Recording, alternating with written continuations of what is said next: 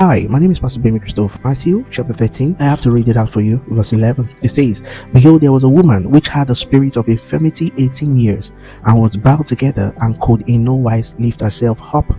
And when Jesus saw her, he called out to him and said to her, Woman, thou art loosed from thy infirmity. Mark the word, woman, thou art loosed from thy infirmity. Laid hands on her, and immediately she was made straight and glorified God. Remember, this woman had a spirit of infirmity for 18 years, and she was bowed down. She could not walk. She had a bowed back, so she bent all over for 18 years, afflicted with a spirit called the spirit of infirmity. And the ruler of the synagogue answered with indignation, because that Jesus had healed on the Sabbath day, and said unto the people, There are 6 days in which men ought to walk. In them therefore come and be healed, and not on the Sabbath day. And then Jesus answered and said to them, You hypocrites, doth not each of you on the Sabbath loose your ox or your ass from the stall, and lead them away to watering? And ought not this woman, being a daughter of Abraham, whom Satan had bound low these 18 years, be loosed from this bond on the Sabbath day?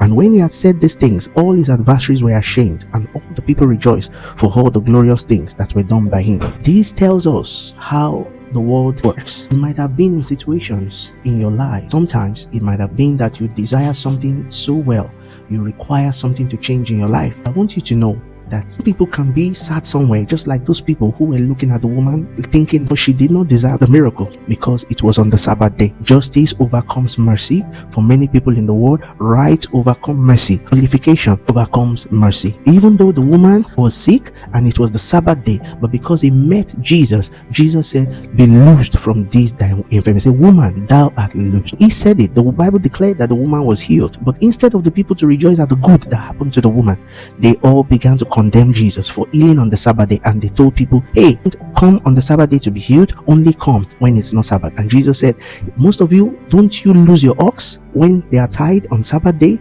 Don't you? Because they had a culture in Israel then that they should not walk on a Sabbath. Jesus said, because you all do what you like on the Sabbath day, but this woman, you don't want to have mercy on her. He said, ought not this woman, being the daughter of Abraham? The key word there, daughter of Abraham. Many Christians do not know today that one of the ways that you can approach your answers in life is by declaring identity in Christ. Now, as a seed of Abraham, why did Jesus use the word ought not this woman, being the daughter of Abraham? Because there is a covenant upon the life of the children of Abraham. The book of Psalm, it says that there was not one feeble person found among their tribe. It was also recorded that in Abraham shall all the seed of the earth be blessed. So if in Abraham shall all the seed of the earth be blessed, is this woman also not part of those that can be blessed as the seed of Abraham? If she's the seed of Abraham, why is she still in